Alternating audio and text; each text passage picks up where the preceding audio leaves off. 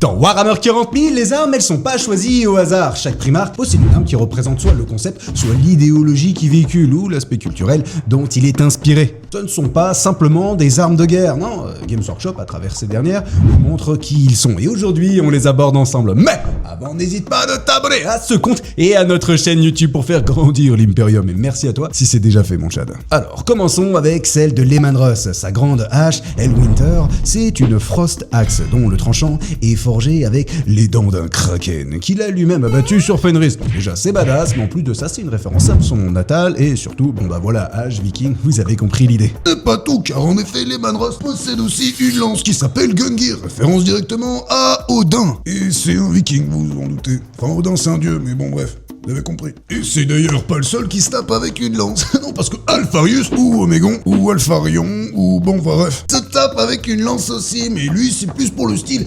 indirect. Tapidon, il va taper à distance, avec des attaques en biais, et toujours sans s'exposer directement, référence à sa légion qui... bah, fait pareil. D'ailleurs, son nom, c'est l'Appel Spear, ou Sarisanata. Attendez, je le refais.